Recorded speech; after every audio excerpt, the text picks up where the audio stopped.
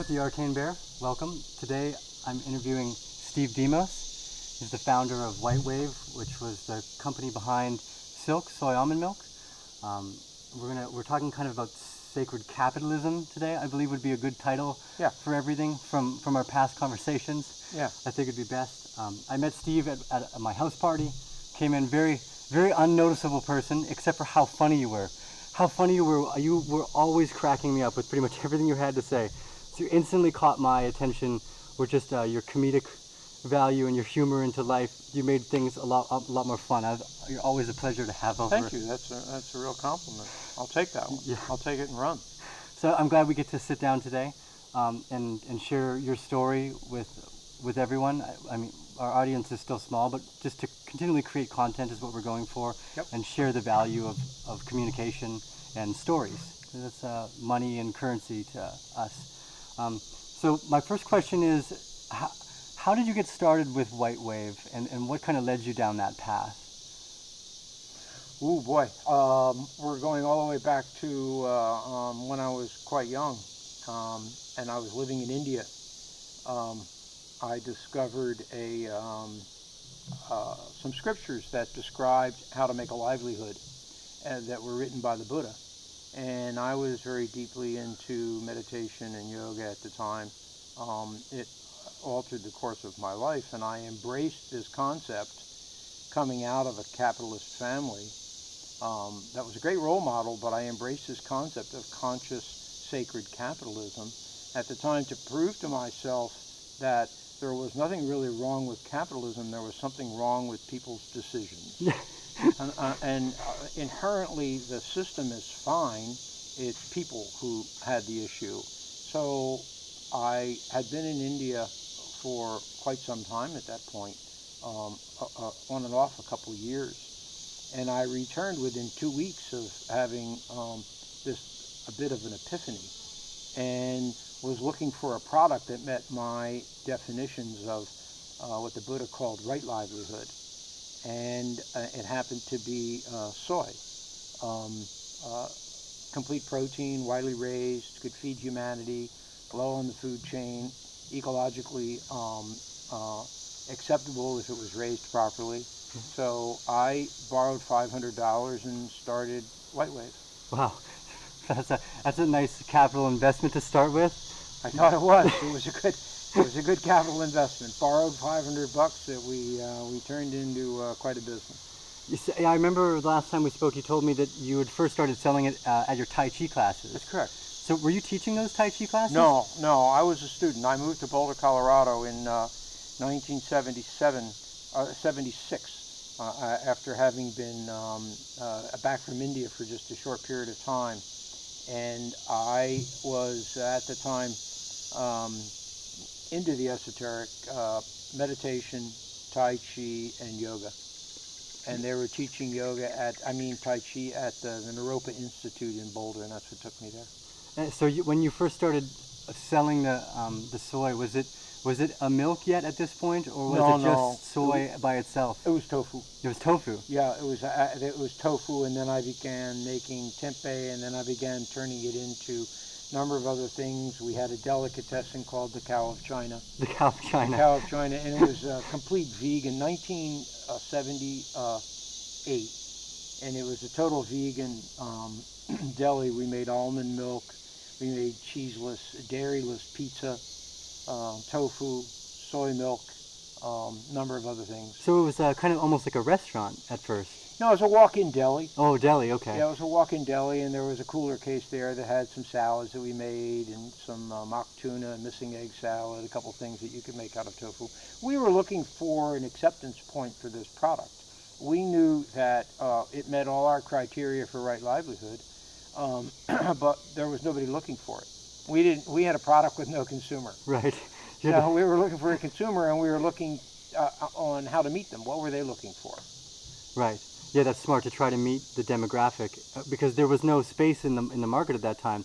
There's probably only cow milk, and dairy ice cream or dairy sour cream and stuff like this as well. Vegetarian was a scary word at the time, let alone vegan. I mean, it was there were very few people who were there, and trying to make a business out of a product that was actually, it became the most hated food in the United States during this time period, tofu. So Really? you know, our mantra was "Hate me harder." Yeah. Because it was attracting a lot of interest, but nobody knew what it was. There was no demand for the product other than the Asian community, which was very familiar with it, but the American community, the Western community, had no clue as to what we were making. What were the steps that brought it to a larger demographic? Was it the evolution of the, what I'm gonna, for lack of a better word, call the beatnik era, and the hippie revolution that was going on in those times? Because it was between the 70s and the 80s, right? That's correct. Well, there certainly was a rising tide of interest coming from the counterculture, what we called the counterculture at that time. Counterculture, there we go. That's Right. better, less derogatory. Right.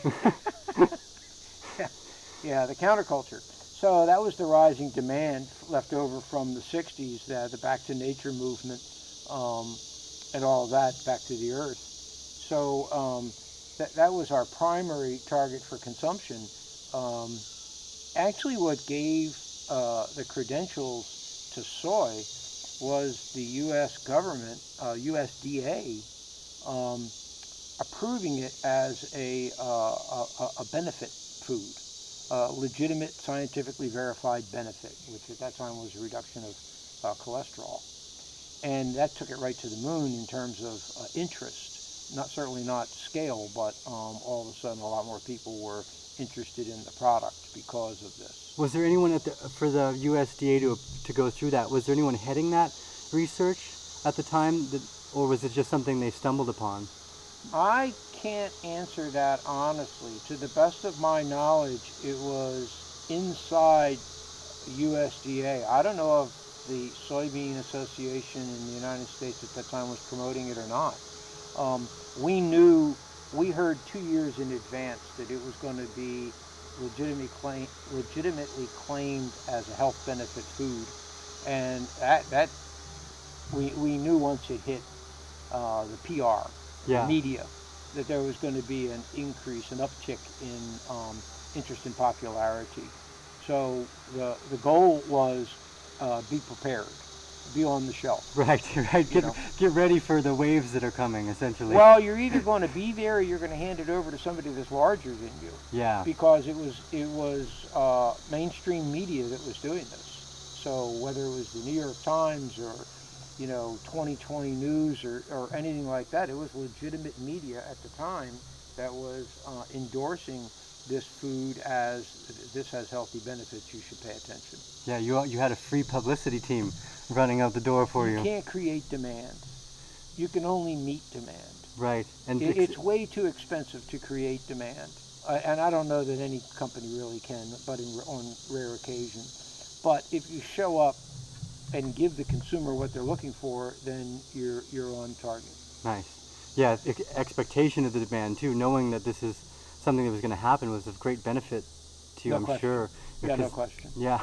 Well, we were all dressed up and ready to go to the party. Yeah. We were on the shelves of a very high percentage of the supermarket shelves, the mainstream supermarket shelves outside the natural products industry, by the time that this health claim was approved. And we just took off like a rocket ship with Silk at that point. So in those early days, were you selling packages of bean soy? curd. Yeah, bean curd, tempeh and stuff as well? Tempeh too, yep. Yeah, we made our own tempeh, we made our own soy yogurt, we made our own tofu. I mean, remember, this is mid to late 80s. In that day, did it say White Wave? Oh yeah. So you rebranded later on and changed to mostly the soy and well, White Wave was always the parent company, and the brand of the tofu and the soy products that we were manufacturing at that time was White Wave. When Silk was first launched, it was White Wave Silk. Really? Oh yeah, there was a little wave on the top of it, and on the front of the carton, and the brand Silk was right underneath it. That's one of the things that's been interesting to me lately, is the changing of the brand through the cycle of the demographic and the user experience. Oh, sure. Were you doing A and B product testing with people to ask them if they liked this logo over this logo, that kind of stuff? No, it was all insight driven on our side. the whole brand came out of a deep meditation course I was doing in Santa Barbara in 1976, and I was supposed to be paying attention to my breath, and I was paying attention to some business fantasy, and invented in my mind the entire company product and everything else. Yeah, Silk is a fantastic name. Yeah. As a brand too. I did not invent that. It was a good friend who was working as a graphic designer at the time. We hired to help us brand it, and he's the one that came up with the name. So I won't take the credit. Yeah, that's fair. But it's a great name. Yeah, it is. It Yeah. suits the beverage. Yes, no question. Very correctly. So I was reading, I think it was an article with 500 Inc. when. Oh, yeah, the Inc. 500 of fastest growing privately owned companies in the U.S. Yeah, so part of it was one of the quotes that really stood out to me is when you told everyone you were a misfit position for the CEO and said that I'm Yoda. Is basically what the quote was. I run from strategy and insight, not from the mechanics of running a business. So I better be surrounded by really, really good people. Yeah. Because what I do best is I see cause and effect in a string. If you will, I'm seeing a little bit into the future, not psychic or woo-woo. It's basically looking at logic, sequential thought, and cause and effect. Yeah. Well, that requires, I can tell you where something's going and what's going to happen, but I need a lot of really, really good people around me so that they can implement this. And clearly I had this. Yeah. I had excellent people around me. I've been realizing more and more lately how important it is that the team sees that vision as well. No question, if you don't impart the vision to the team, you're a lone wolf. Yeah. And you better be extraordinarily talented, because there's so many disciplines across the platform of business that require talent that if you don't have good people, you have to be a rock star. I've never met anybody who could do that. Right. Not take it all the way up the ladder to being a great company. It's always a team. Yeah. It's one of the things I've noticed as I've started to do a lot more of this stuff, I consistently say we, to the point where I've had people be like, well, who's we? It's like, well, this is more than just me. None of this is possible if it was just me. There's no way.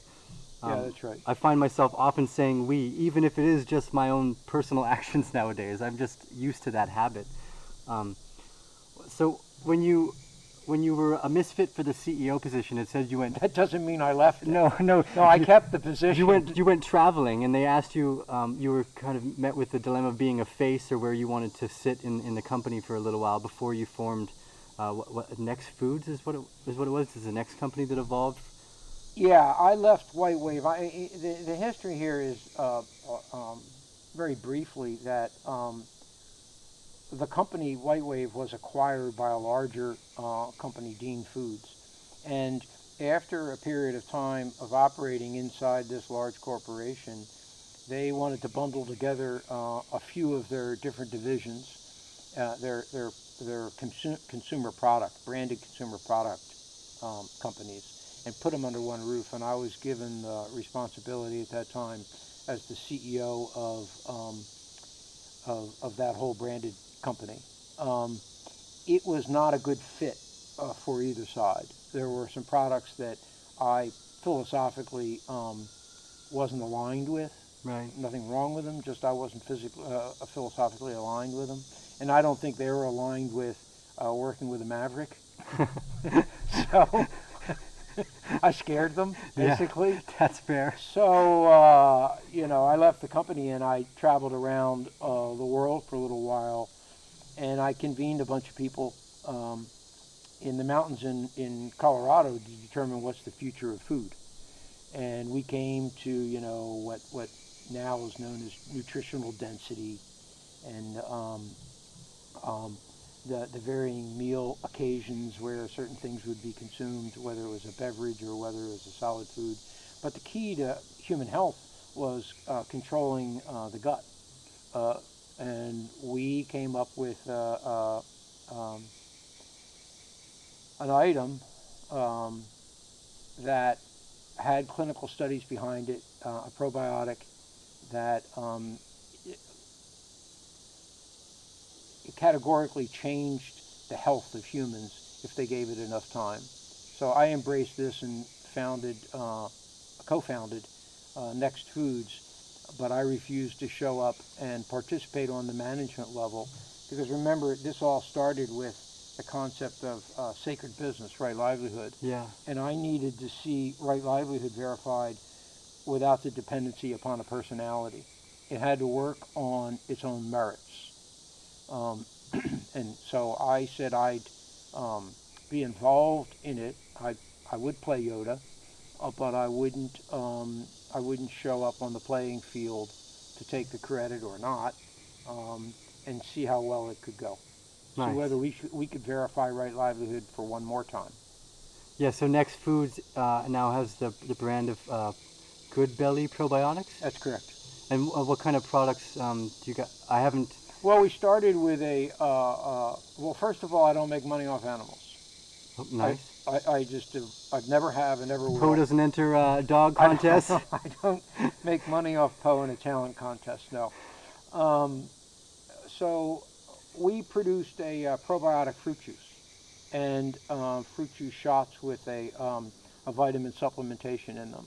It has been expanded to where it now includes flavored waters, a couple other products that go along with this concept, and shortly they'll be launching into a fairly broad platform of foods, varying foods that will carry the Goodbelly probiotic. Nice. So it's a fairly large product line is in comparison with what White Wave had at its peak. Yeah, that's true. I mean, we have an ingredient, probiotic ingredient, and if you will, we have intel inside. And the probiotic market is emerging across a broad platform of food items, whether it's supplements, whether it's granola, whether it's energy bars, whether it's flavored waters, whether it's fruit juice. All of this is the platform for this product that the ingredient can easily transfer into. And the brand name is brilliant. It tells you the benefit. Yeah. So a Goodbelly product is going to tell you what you're going to get from it right away. So if it's Goodbelly granola, if we're effective in our messaging, then everybody knows that this is good for the gut. It's carrying an extra benefit. So whatever it's put into, it upgrades it. If it's soup, it's upgraded soup. If it's juice, it's upgraded juice. If it's soy milk or almond milk, it's upgraded non-dairy milks. Nice. And that company still runs today, and you play Yoda from out here. Well, I backed out of just about everything, thank you. Yeah, well, that's fair. For personal reasons, having nothing to do with the business itself. The business is still running along healthy and penetrating the marketplace. Remember, this business is 8 years old, and it took me 18 to deliver Silk, and then I stayed with it for 28 years. So it's still a relatively young company. Yeah. I would like to try some of the Goodbelly stuff one of these times. I haven't seen it. Steve actually owns the local market that I go shopping at here as well. Do you sell any of the? Well, I'm a partner in it. A partner, excuse me. Whenever I can bring the probiotic supplement down, I bring it down and we sell it in the store, but it sells out right away. So I can't say that we sell it there. Yeah, fair. And I'm not bringing in the short shelf life products. Right. The fruit juices or the vitamin shots or anything like that. And how's the ice cream that you guys have been working on going? Yeah, sometimes because it tastes great. It tastes great because I would eat all my product. We're just going. It's a vegan ice cream. It's made out of coconut milk and all natural ingredients. We're just going into commercial production. We will be into national distribution in Costa Rica probably within the next 4 or 5 months. Nice. And I'll let you know how well it does after that. Right now, it's a very promising product. Yeah, that's good. It tastes delicious. Yeah, thank you. I was a big fan. Yeah, thank you. Yeah. So earlier, before I turned the camera on, we were chatting about I mean, we can't see behind us right now, but I'll show you after. There's a beautiful view of the ocean. You live surrounded by jungle. You've got a nice barn with horses. There's greenhouses back here. You were talking about entering a more contemplative or a place of reflection lately. How has that been for you? Because I tried to do that myself, and being younger, the fire lit me up and sent me right down the chute to working again really hard. Well, going back to that cave I lived in India, when I discovered the concept of right livelihood, and now I lost my thought. You're gonna have to edit that out. No, it's okay. This is all live. We're allowed to be. Hey, folks. We're allowed to be improvisational. To make faux pas. Yeah, or pause. Yeah, right, or faux pas. Lead me back in again. We were talking about the contemplative or the more reflective nature that you've So I'm entered. back in the cave, and I at that time, I and my partner, who ultimately was my partner at White Wave, Pat Calhoun, we were really very interested in embracing the lifestyle of a renunciate without things. That's one of the reasons why we left the U.S. We literally were dropping out. And we had this awakening, if you will, that while that was a very enviable, by my standards, lifestyle to embrace, it wasn't appropriate for me at that time. Right. And I had a round of karma, if you will, to work through, a debt of gratitude for having consciousness that I had to work through. So I came back, founded White Wave, and committed to the next 28 years of doing this. Well, at a certain point, we had met all our goals. We had achieved demonstrating right livelihood and had reaped all the rewards from it. So as far as paying off that karma, in my estimation, in the world of commerce, I had done this and I was done. So right.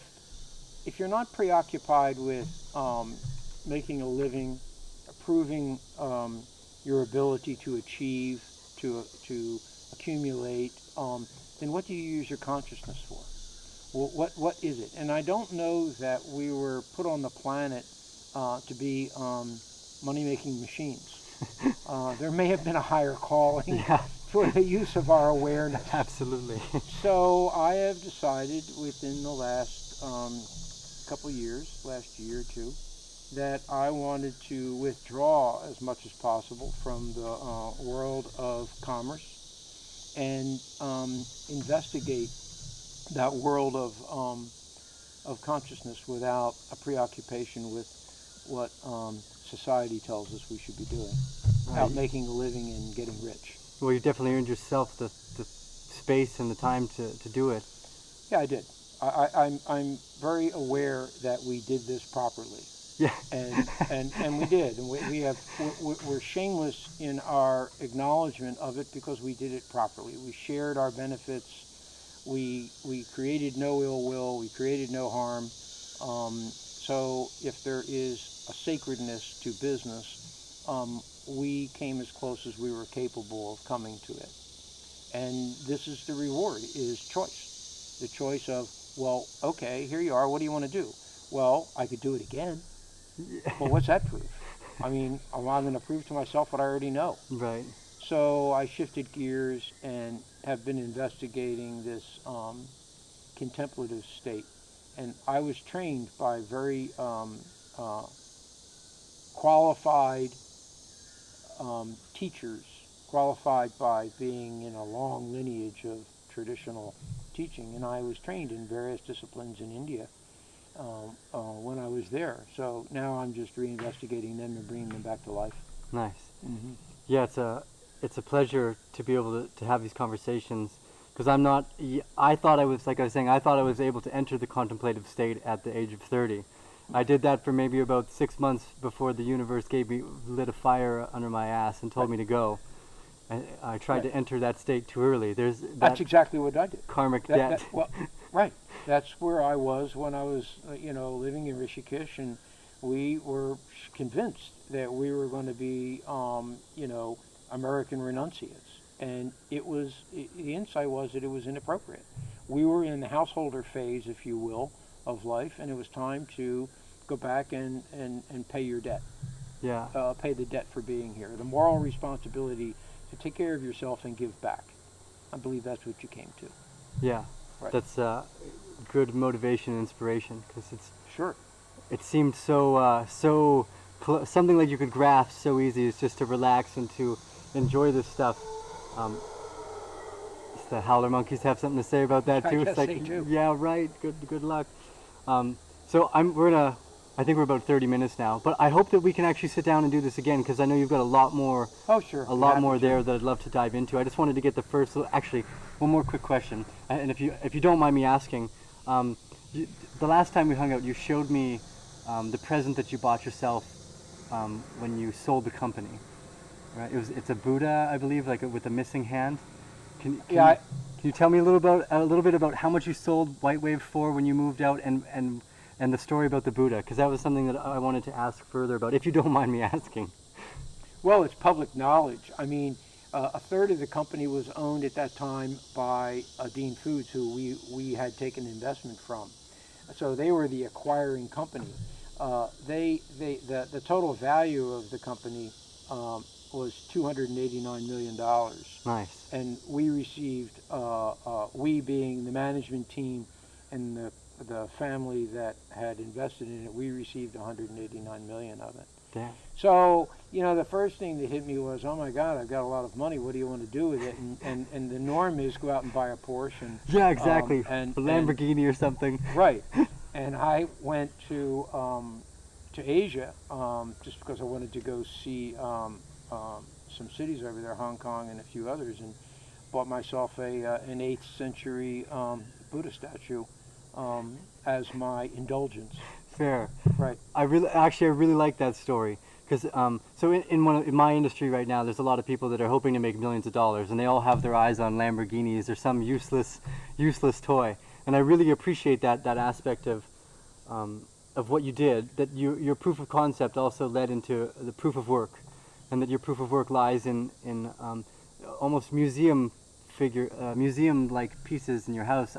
When we go through, you've got masks from all over the world. I really appreciate that. It's very. Thank you. It's a passion for me that I surround myself with meaningful beauty. I like that. Great. Thank you, Steve. I appreciate you're this. Welcome, Let's do it again soon. You're welcome. So thank you guys. This is Tio with the Arcane Bear. I'm just going to show you the view here quick and tune in next time.